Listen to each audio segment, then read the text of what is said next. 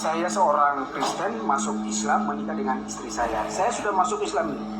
Istri saya yang Islam, tanpa pengetahuan saya dia diam-diam masuk Kristen.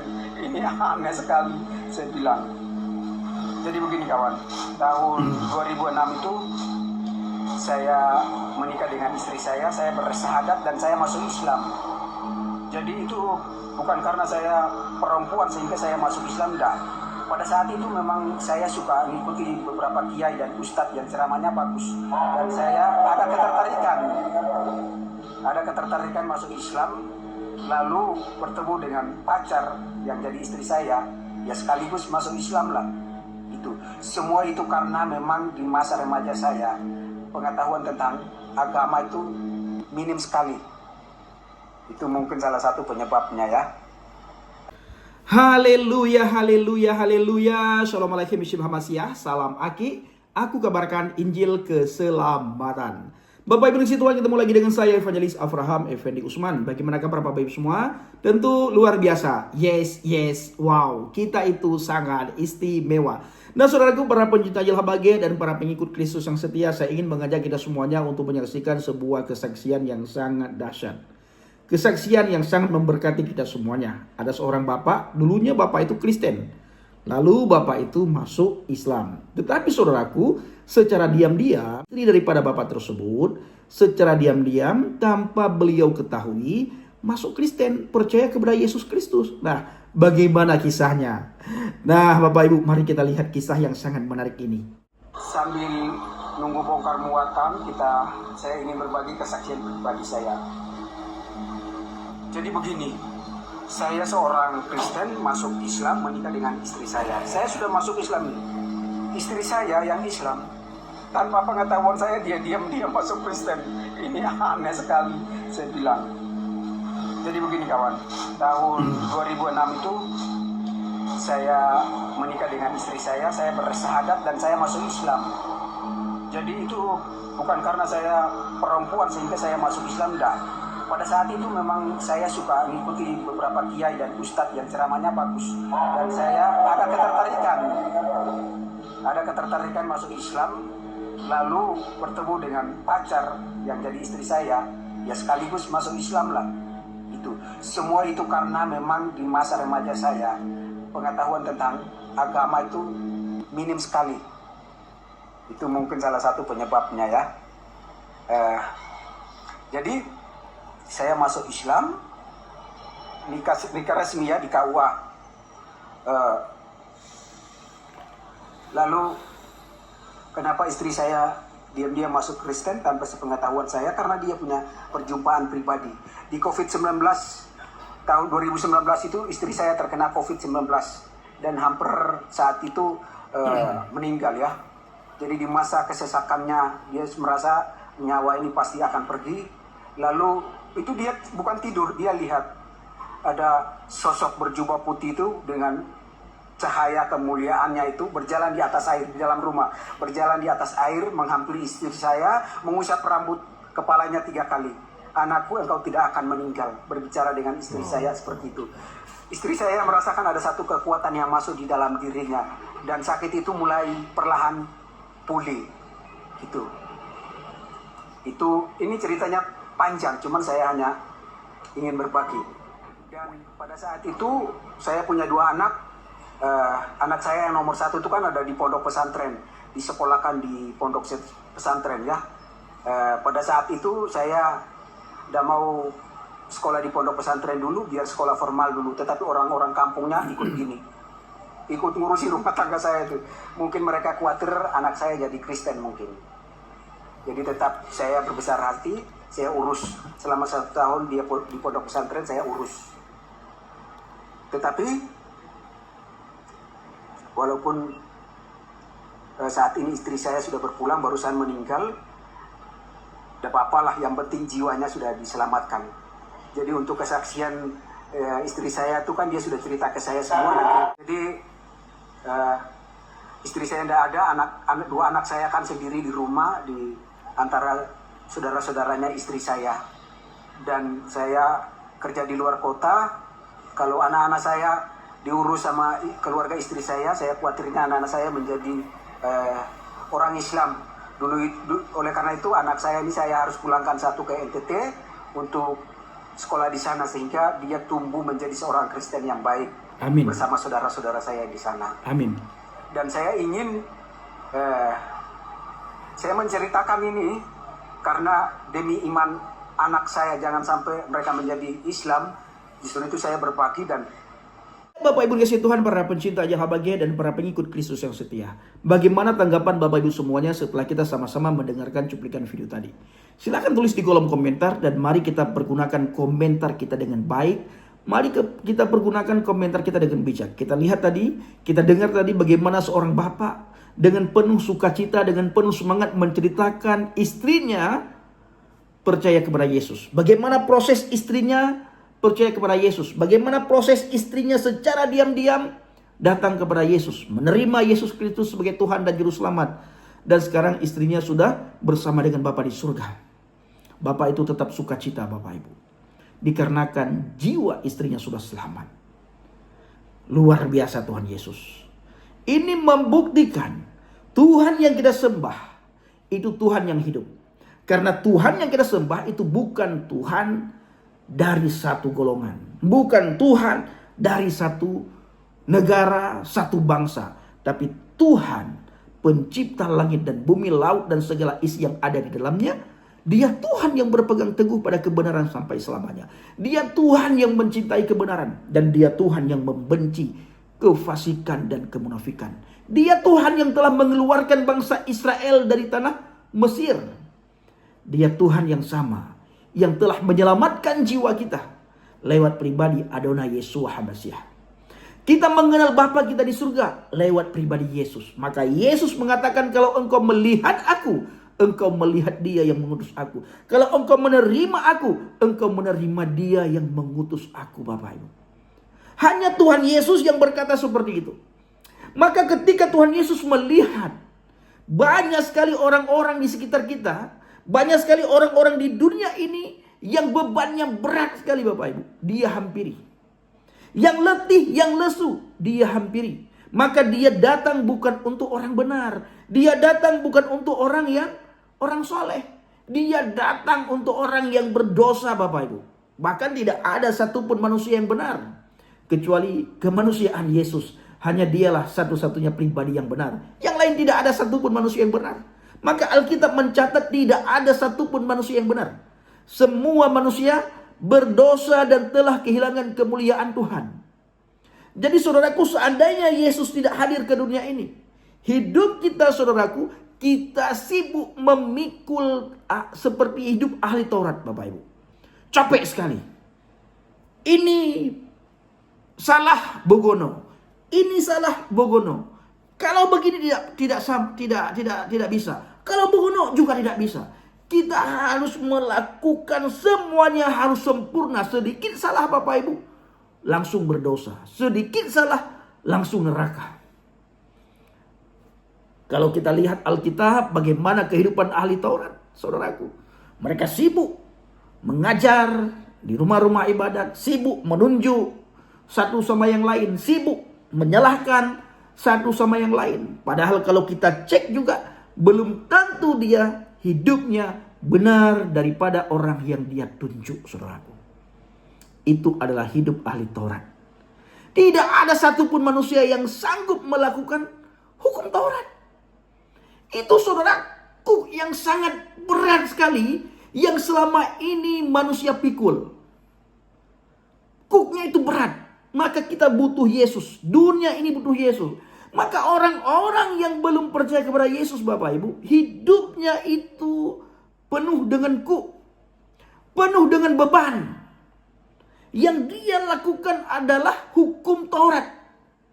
Tidak sanggup melakukan hukum Taurat Bapak Ibu. Tidak ada satupun yang sanggup melakukan hukum Taurat. Salah, potong tangan kalau tangan kanan salah. Tangan kiri salah, potong tangan kiri. Mata salah, congkel. Salah kaki, potong. Segala macam Bapak Ibu. Oh, bukan berarti kalau kita sudah percaya kepada Tuhan Yesus, kita bebas melakukan. Tidak. Bebas melakukan kesalahan, bebas melakukan dosa. Tidak seperti itu juga. Tapi setelah kita percaya kepada Tuhan Yesus, hidup kita teratur. Karena kuk yang dipasang oleh Tuhan Yesus itu tidak seperti kuk ahli Taurat, orang Farisi, orang Saduki. Bukan hukum Taurat, saudaraku. Kalau hukum Taurat yang kita pikul setiap saat, hukum Taurat yang kita pikul setiap waktu, dan kita masih hidup di bawah hukum Taurat, dan kita dipimpin oleh hukum Taurat, Bapak Ibu, maka hidup kita hidup penuh dengan tekanan. Mari kita lihat di dalam kitab Injil Matius 28 ayat 29 sampai dengan ayat yang ke-30. Marilah kepadaku, ini kata Yesus, Bapak Ibu. Marilah kepadaku. Siapa yang Tuhan panggil? Siapa yang Yesus panggil? Manusia-manusia yang mendengar suara Tuhan. Tuhan tidak memanggil satu golongan. Tuhan Yesus tidak memanggil satu suku. Bukan saja orang Israel, bukan saja orang Yahudi, semua manusia di muka bumi ini yang punya telinga, yang bisa mendengar, maka hendaklah dia mendengar. Kalau dia menerima panggilan, orang itu akan datang kepada Yesus. Tapi bila mengeraskan hatinya, menutup pendengarannya, maka orang itu mati dalam dosa-dosanya. Kita lihat dalam Injil Matius 11 ayat 28. Marilah kepadaku semua yang letih lesu dan berbeban berat. Aku akan memberikan kelegaan kepadamu. Itu kata Yesus.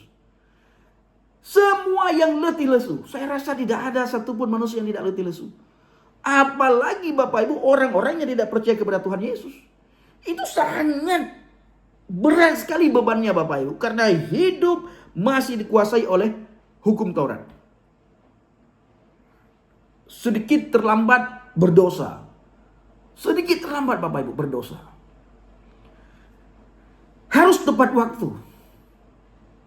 Bergeser sedikit waktu sudah berdosa. Apabila hidup di bawah hukum Taurat. Ini kita ingin melakukan sesuatu. Jamnya jam 10. Sudah dibuat hukum.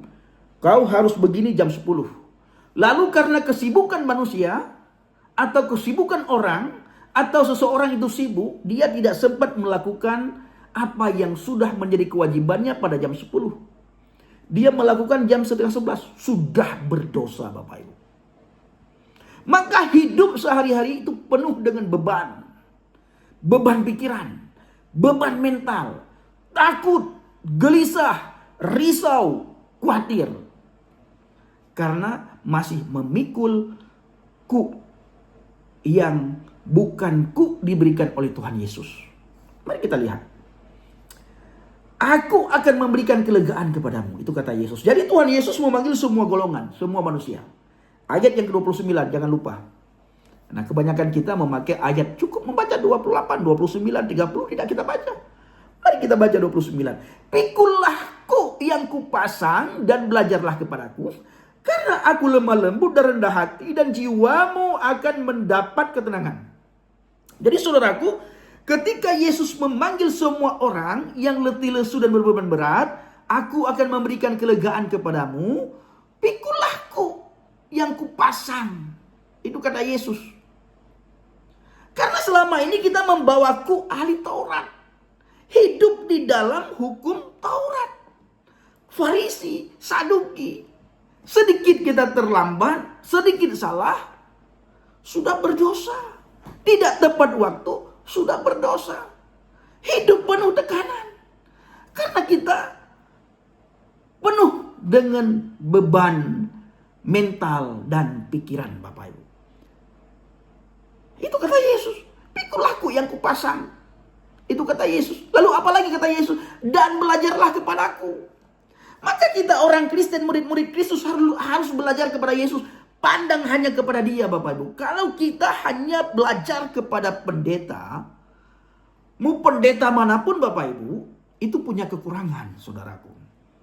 Kalau fokus kita hanya kepada pendeta. Ketika pendeta itu tidak sesuai dengan keinginan kita. Maka cenderung kita kecewa dengan pendeta. Maka banyak orang yang meninggalkan gereja. Banyak orang yang meninggalkan pendeta. Banyak orang yang meninggalkan Yesus pada akhirnya. Karena kecewa dengan hamba Tuhan. Kecewa dengan pendeta, kecewa dengan gereja. Kenapa? Karena dia tidak belajar kepada Yesus. Tidak sungguh-sungguh, tidak teliti ketika melihat Alkitab. Kita butuh pendeta, kita butuh gembala kita. Tetapi tetap yang harus kita nomor satukan di dalam gereja itulah Yesus. Maka supaya apa Bapak Ibu? Supaya kita tidak mudah kecewa dengan pendeta kita. Supaya kita tidak mudah kecewa dengan gembala kita. Maka fokus kita jemaat, fokus kita orang percaya, fokus kita murid Kristus, itu hanya kepada Yesus. Supaya tidak mudah kecewa, sehingga kita tidak mudah meninggalkan Yesus. Sehingga kita tertanam kebenaran di dalam hati dan pikiran kita, saudaraku. Kenapa kita harus belajar kepada Yesus? Karena aku lemah lembut dan rendah hati, dan jiwamu akan mendapatkan ketenangan. Jadi saudaraku, kalau kita benar-benar belajar kepada Yesus, kita hanya memandang Yesus, kita tidak mudah kecewa. Kita tidak mudah putus asa. Kita tidak mudah gelisah. Kita tidak mudah risau. Kita tidak cepat marah. Tidak ada kepahitan hati kita yang timbul setiap saat kalau kita benar-benar belajar kepada Adonai Yeshua HaMashiach. Kenapa? Karena dia adalah lemah lembut dan rendah hati, Bapak Ibu. Jiwa kita tenang, saudaraku. Mendapatkan ketenangan. Benar-benar jiwa kita tenang. Di saat kita belajar kepada Yesus. Di saat kita memandang Yesus. Ini saya alami, saudaraku. Saya alami. Saya sekarang tidak mudah lagi kecewa. Dengan siapapun, apapun masalahnya, saya serahkan semuanya kepada Tuhan. Apapun yang saya hadapi, kalau sudah tidak sanggup lagi saya pikirkan, saya serahkan kepada Tuhan Yesus.